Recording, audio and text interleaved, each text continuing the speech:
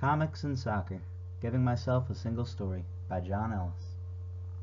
As a child raised on TV shows and movies from the 60s, 70s, 80s, and 90s, I was used to seeing children in high school who were athletically inadept often portrayed as nerds, being socially outlawed or pariahed by the normal crowd. Forced to endure whatever twisted ridicule bullies could conjure, nerds and geeks found very little social ease. At least that's how schools were portrayed on television and in movies. That is, however, until the pop culture boom occurred, in which stories were told from the geek's perspective, making them the noble protagonists for a change. While nerds were treated favorably in this recent paradigm shift, the once glorious bullies and jocks were thought of as just that, lowly jerks looking to boost their own self-esteem by putting others down. All of a sudden, nerds and geeks were shunning the former bullies, and is looked at as cool to be a nerd or a geek. And then there was me. As a kid, I can't say for sure if I was entirely normal or entirely weird, if I would be viewed as a geek or a nerd or a jock or what have you, because, well, I wasn't told to do that. As a kid, I was just told to have fun, and I did. My parents always told me that my number one priority as a kid growing up was to have a good time, and I loved having fun and finding things that I was passionate about and liked spending time doing, one of them being soccer. I loved soccer and playing with the team. The team always had my best friends on it. Don't get me wrong though, that's not the only thing I loved. Not even close. I also loved things that the mainstream media in the 60s, 70s, 80s, 90s, what have you, would view as being weird or nerdy. I loved Star Wars, I loved Legos, I loved Lego Star Wars, and a lot of things like that. TV shows, video games, comic books. I had a great time with all of it. That is, however, until freshman me rolled around. Don't be fooled by my almost dimples, my maturing look.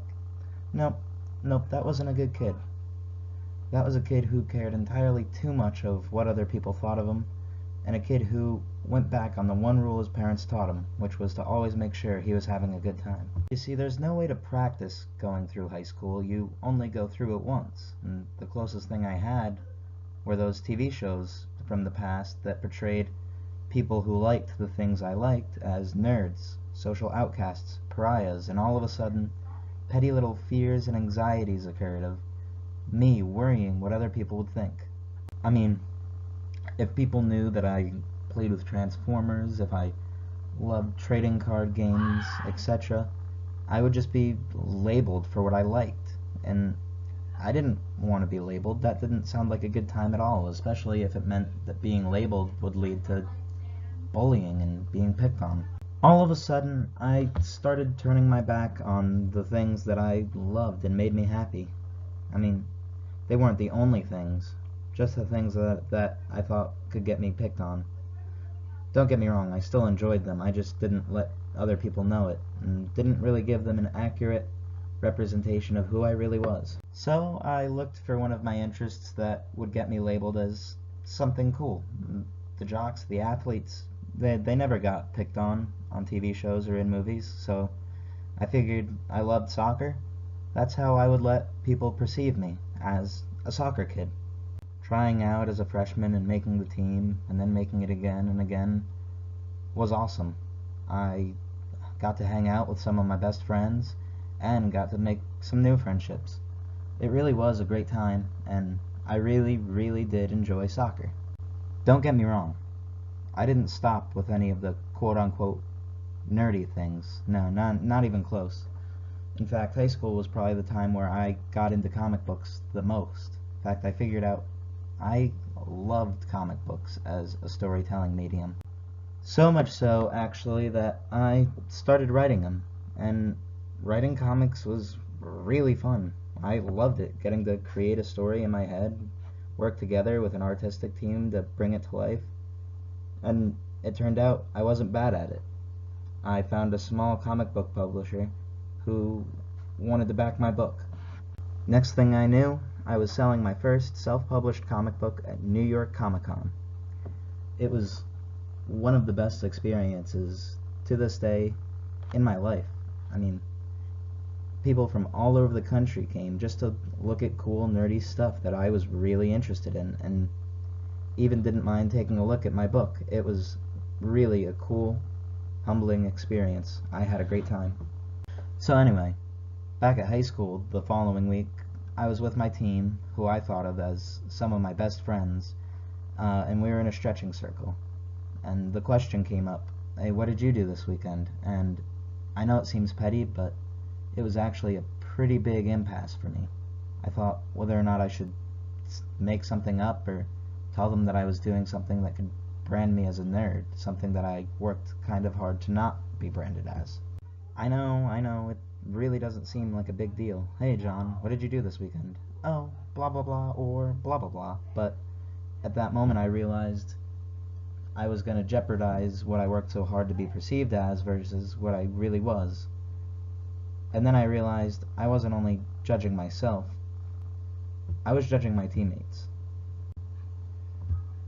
Like Stacy Waite, Adichie, and Min Lu, I was afraid of being judged by one single story, and in doing so, I judged my teammates as judgers, people who would pick on me.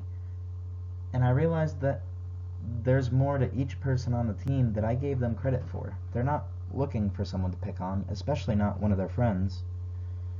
And so I didn't care what they thought of me, and I told them, and a lot of them actually said that they really wanted to go, and they had a lot in common with me. Since then, I kind of realized that people who would judge you by a single story aren't worth spending your time with. And I realized that in thinking that people were so one-dimensional to judge, I was judging them as just a bully or a dumb jock.